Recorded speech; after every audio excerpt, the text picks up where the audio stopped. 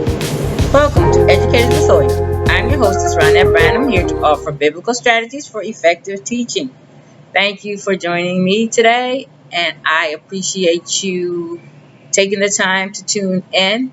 Today, I want to talk about mentoring and the importance of mentoring. Last week, I talked about continue to educate your students no matter what. So sometimes we have a struggle as teachers, especially if you're a new teacher, when you're getting so many directives from administration and the program curriculum that you're working with, it might say something different than you understand. And so, what I want to talk about is taking the time to mentor another teacher or being mentored by another teacher. I know we should find a group in our community, but sometimes you need a particular person to help walk you through it. I suggested a while ago for our school that we have the person, somebody from like supervisory position, literacy, to come in and model what the literacy block looks like from beginning to end. So they had, they took my suggestion at hand, and then they went to the curriculum program and spoke to them and said, we need you to come model, the lessons. So that a person came in from Benchmark, which is our reading program, and modeled our lesson from beginning to end, the literacy block, the entire literacy block. Um, and so she did that, and she did that for 2 grades. So it worked, and it was so helpful to people who didn't really know what it looked like. I have been working it out, following it so that it'll work out. And then what she did just reinforced what I was doing. And it just really worked. But to be able to call her or call somebody or have a partner teacher or a teacher in another grade to come in, or an experienced teacher to come in and mentor you, is something different if they're helping you lay it out. If we don't get the modeling, if we don't have that. So I have 2 scriptures. I said 2. They are basically in the Bible, where the Bible talks about you learning from somebody else, and it's talking scripturally and biblically, but the same uh, premise works for no matter what you're trying to teach. So it says 2 Timothy 2:2. The things which you have heard from me in the presence of many witnesses, entrust these to faithful men who will be able to teach others also.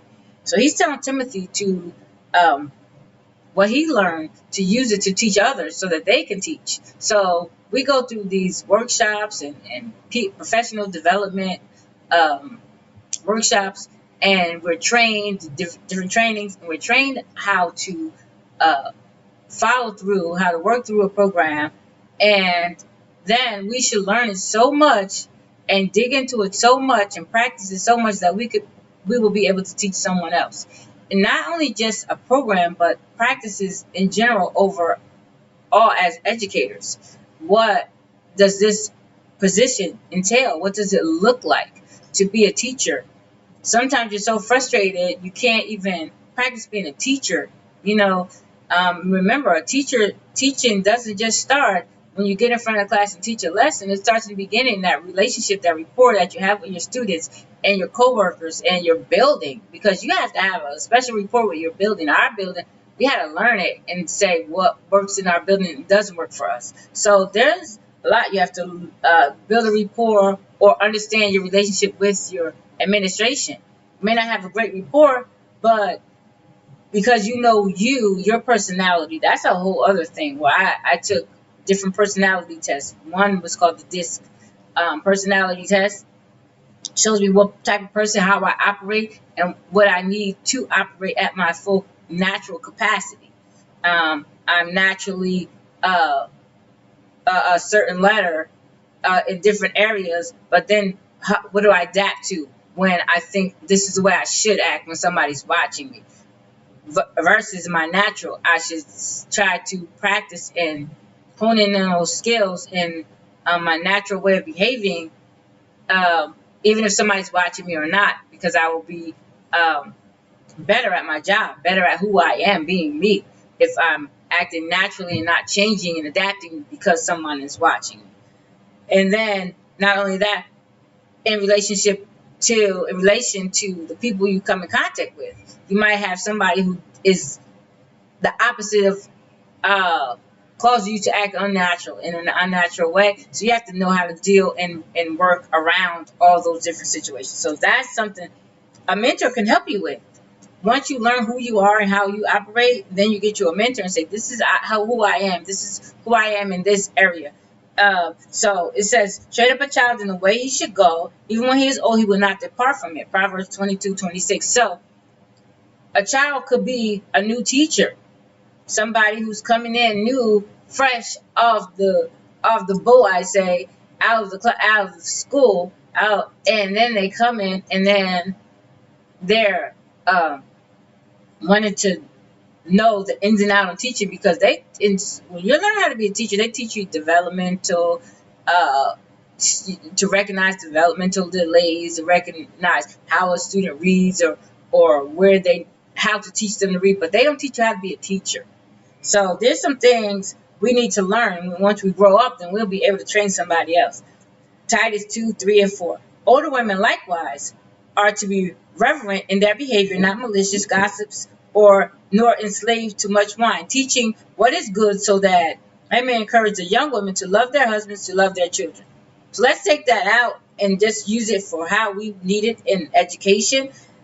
Older women are to be reverent in their behavior, not malicious gossips, nor enslaved to much wine, teaching what is good, so that you may encourage young women. And then a young person coming into education, whether it's a man or woman coming into education, you can encourage them, because if you're always being malicious, gossiping, talking about what's going on in your building, it's hard for a new teacher to come in and learn the ropes, learn how to be effective on their job. And that's what we want to do, is be effective. Psalm 71:18. And when I am old and gray, O God, do not forsake me until I declare your strength to this generation, your power to all who are to come. So we're asking God to stay with us until we are old, until we have effectively taught the next generation. Till we have shown people the power of God in everything that we do. So there are so many scriptures to talk about mentoring. So this is what I suggest, that we find someone who is experienced, who we trust, who is showing, who knows how to show grace, and who knows how to be, what is the word we just heard, who's reverent in their behavior. We find someone who's reverent in their behavior, and you see they're not a gossip, they're just showing you the right way to go. Find that person. If they're willing and they're capable and they have the capacity to mentor you, talk to them, speak with them, share ideas, ask them to share ideas with you, and that will help us to be more effective teachers. Finding somebody, or if you are that seasoned teacher, just say you have put in those years and you have that longevity, and you're to a place where you've come through with grace, and you can share some ideas and some ways to maneuver through this system called education. Help somebody, talk to somebody. People will seek you out based on the knowledge you have, how you share information. Other people will say, well, Ronette is good at this, and she's good at explaining it because she's a teacher. Not only just because she's a teacher, but because she's good at explaining. So people will seek you out. The word will get around that you are that helpful one, that you are that one who can explain things, and you have the patience to explain things when people don't understand. So the word will get out. Just be that light that other people could see, and people will come to you. People will know, oh, let me stop by her. And then just say people see that you're friendly and they stop and say hi to you and speak to you. After a while, things will come out, and you will share some insight and some things that are productive to be an effective teacher. So that's some things that we need to do, and grab a hold of a mentor or be that mentor. That is something that we all need, we all can use, because you're not perfect in every area. We can all use some help. And so take that time to hone in on your skills, hone in on your communication skills, and help someone. Let someone help you, because you may be new to a building or new to a grade level. You may have changed subjects, and you might need some help. Well, this is what I used to do, but this doesn't work in this grade. This is what I used to do, but this doesn't work in this subject. I don't know how to transfer those skills. So we ought to be able to transfer our skills, but if we're not able to, we're going to find somebody who's in that position who can help us. Same thing for you. You've been teaching second grade, third grade, fourth. You're just a teacher. You didn't change grades, but you see a new teacher coming in. You can help that teacher. You can really hone in on your skills. Show a teacher the ropes, and say, this is the way I maneuver through this situation. And again, this is something that I believe in mentorship. I believe in helping. The Bible has so many mentors, so many mentors and mentees. And same way that's Paul talking to Timothy, he was his mentor. He was teaching Timothy to teach others. So down through years, there were mentors. There's going to always be mentors. Somebody showing this is something that we need, no matter who we are, where we go. If you don't need a mentor, you need a mentor.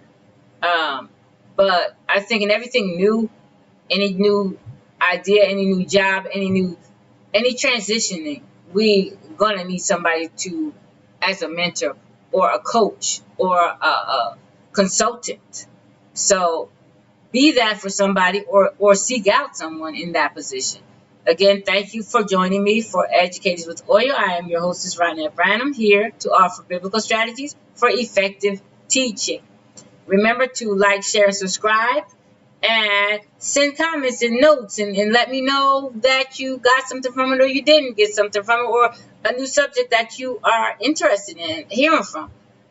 Just let me know, because I am here. Thank you again, and have a blessed day.